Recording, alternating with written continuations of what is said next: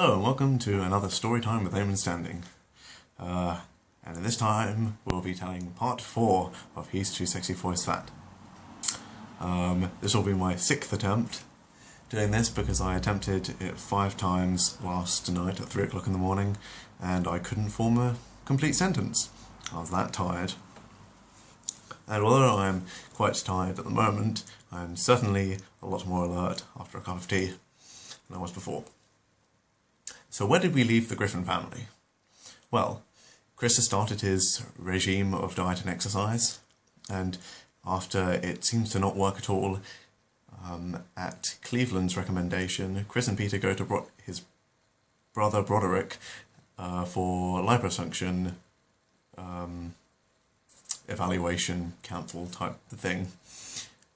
And Chris is very undetermined with that. He will happily stick with his diet and exercise, but Peter, however, has gone through with the procedure. So, Peter, now almost Beaker-esque in stature, stands happily by the kitchen door, waiting for his astonished and wide-eyed family's reaction to such dramatic weight loss. As Chris remains silent, Lois can barely talk. What? It is the pudgy Stewie who is the first to break the silence with real sentence structure. However, he appears unfamiliar with what Peter has undergone, and an entirely different explanation is the only thing that can be justified in his genius mind. Oh my god! It's finally happened! He's become so massive he's collapsed into it himself like a neutron star!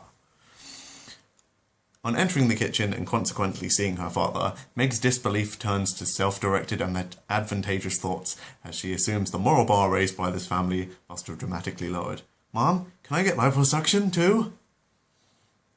She cuts her daughter's dreams down and focuses on her husband's idiotic decision. Forget it, Meg. Peter, you can't just suck 200 pounds of fat out of yourself. It's not natural. Come on, Lois. I feel great dropping that kind of weight all at once. You remember how good you felt after you had Chris? He motions to the fridge, where a newspaper cutting shows a tired and medically critical Lois in hospital with a horrifically large baby Chris in her arms.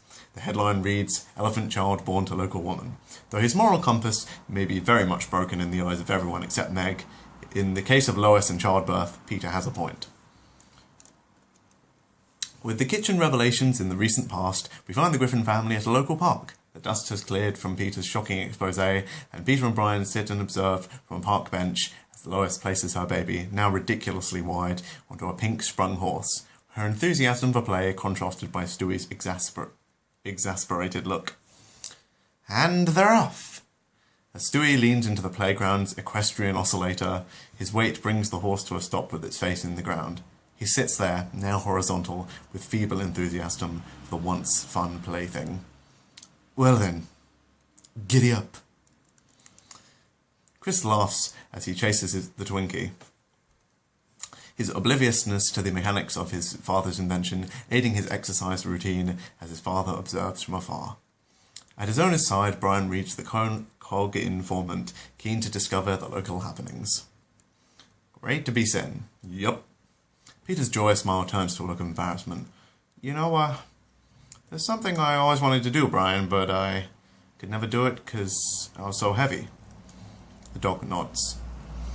But you know, now that I don't weigh so much, I think I can. Could you help me do it, Brian? Sure, Peter, I'd be honored. He lays his paper down to address his owner's request. Well, I was wondering if I could put a little saddle on your back and ride you like a horsey? The paper returns to reading position, a look of brief shock now masked by an intent to distance himself from what just happened. Okay. No, I understand. It's too much. It's okay. On that note, Peter shiftily leaves, Brian now too engrossed in his paper to respond. You know, I like Hillary Clinton. I don't care what anyone says. In his typically suddenly impulsive fashion, Peter tackles Brian and mounts his back, a firm hand on Brian's red dog collar and another raised to the sky in true bull riding fashion. Annoyed and shocked by the transpiring events, Brian bucks and runs around frantically in an attempt to catapult Peter from his bareback antics. Peter, what is it? Yeah, come on, old paint. Ow, there are bones in your ass. Come on! The next morning, Peter is getting out of the shower, now awake from whatever dreams the previous night's slumber brought to him. Looking down, he sees his loins and laughs happily now that his lack of belly has rendered them once again visible to his own perception. I see you. He makes his way down to the kitchen, a dressing gown covering his now slender form, and as Lois makes morning coffee for herself, Meg continues to put her pitch forward on the pros that liposuction could bring her. But Mom, it could change my life!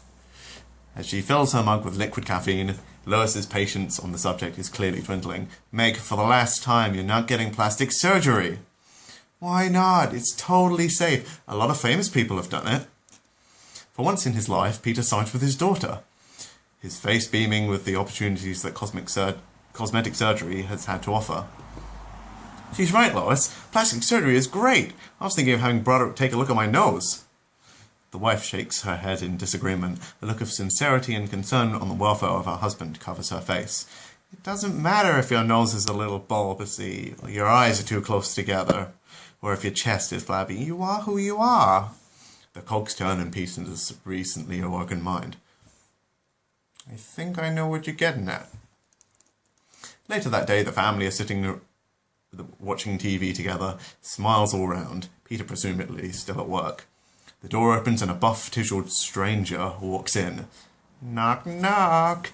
His canine instincts kicking in, Brian defends the family. Hey, pal, you can't just walk in here with that. Holy crap, it's Peter.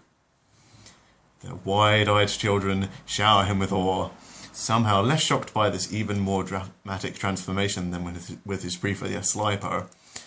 Dad, you look pretty. Like a girl. You look like a totally different person.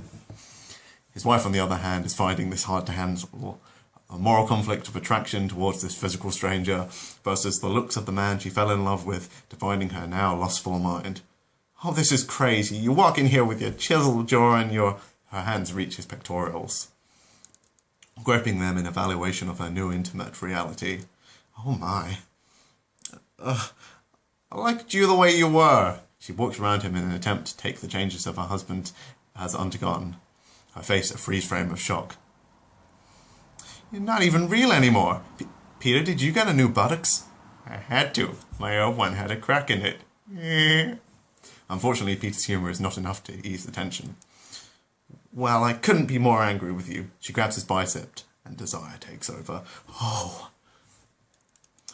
You really let this family down. We should be embracing the things God gave us. She escorts the kids out of the front door, her words a superposition of moral facade as her sexual desires start to outweigh her fair judgment. Not telling our kids that a person is not as good as someone else because of the way they look. As she kicks the now trailer-bound fat ass that is Stewie out of the door and slams it shut, her breaking point is reached and primal lust takes over, initializing a charge into her husband. Holy crap! As his parents prepare to engage in rampant baby-making on the family sofa, Stewie rolls down the walkway and crashes into several trash cans, the collisions resulting in his confinement to one of them. After rolling briefly, he comes to a halt on the curb. Look, there's a baby in that rescue bin. Barnaby peers at Stewie's incarceration as he and Phineas, presumably on a nice stroll, engage in even more old-fashioned exercise. Not too close, Barnaby. If you touch it, the mother won't take it back. His advice is sound. Hurry up. Phineas leaps onto Barnaby's shoulders, and in another incredible jump, the pair, now stacked shoulders high, mount a penny-farthing bicycle and proceed to escape Stewie's unfortunate situation. Back at Stop and Shop, our newly handsome Peter waits in a slowly moving queue to pay for the family groceries. An equally handsome man wearing a blue business suit approaches him, an intention-hazy smile upon his Hollywood-grade face.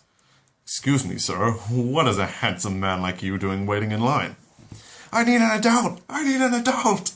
The man chuckles heartily and extends his hand in greeting. Ha ha ha! Warren Fredericks, Quahog Beautiful People's Club. Come on in front. Peter's fear turns to wonder as he shakes his new companion's hand and makes his way past the other normal-looking people to the front of the line. But all these people were in front of me. You haven't been beautiful very long, have you? The cashier starts to run Peter's shopping through the till. Gorgeous guys like us don't have to wait in line. Haven't you noticed? People will do anything for a beautiful person. Raoul, please take this handsome gentleman's bags to his car. His shopping now sorted, at the chief bagger's command, two teenaged employees pick up the groceries and head outside. Peter looks on, shocked at the privilege his new face has given him. Thank you. With a hand on his shoulder, Warren escorts Peter to the entrance of the store. Peter's expectations are greatly exceeded. Hey, when your beautiful doors magically open for you! Actually, it opened because you stepped on that black rubber square. Of course, if that wasn't there, it would have opened anyway, because you're beautiful. The perks of being beautiful are quickly becoming clear to our once overweight head of the Griffin family. His excitement for the future that a membership in the Quahog Beautiful People Club can provide him is too much for him to contain. Wow. And I'll leave it there. I think we should be able to do this in one more part. But anyway, I apologise for not uploading this morning, and I will, hopefully, by the end of the week and before I go to America, have this all done. Ciao for now. Hope you're enjoying it.